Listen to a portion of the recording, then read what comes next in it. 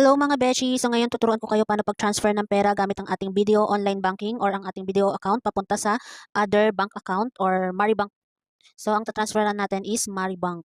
So first time ko lang itong magta-transfer sa Maribank. So hindi sa ating tong bank account na Maribank. So sa ibang tao ito. So tatransferan natin siya ng pera using QR code. So using QR code ang pag-transfer natin gamit ang ating video online banking. So mag-start na tayo. So open muna natin ang ating video account. So, ito na ang ating video account. So, ipakita ko rin yung QR code ng tatransferan natin na Maribank.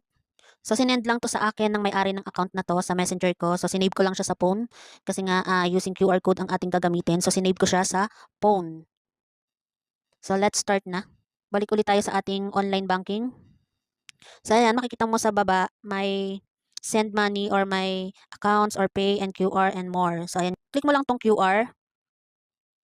So, yung sa baba. After mo maklik yung QR, yan yung mga nakalagay dyan. Send money, request money, withdraw money, deposit money. So, piliin natin tong send money. And then yan, may option din upload QR code from gallery or scan QR code.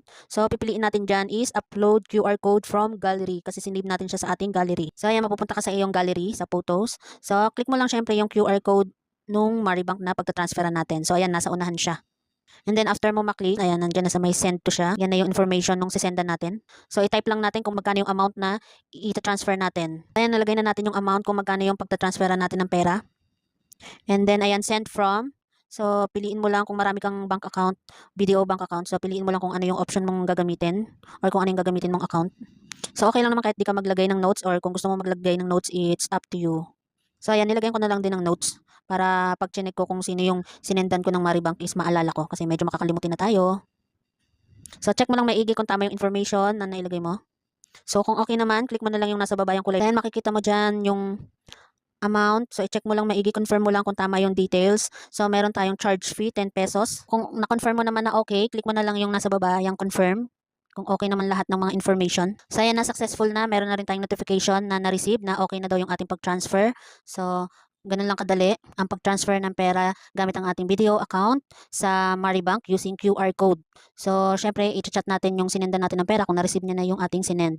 So, ayan, may charge fee siya na 10 pesos lang naman. Save image natin to or screenshot mo para meron kang copy if ever na hanapin nung pinagsenda natin.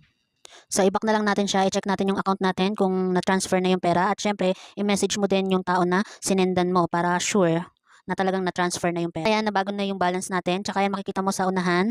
Ayan, na-transfer na yung pera. 5,010 pesos. So, click lang natin yung nasa unahan.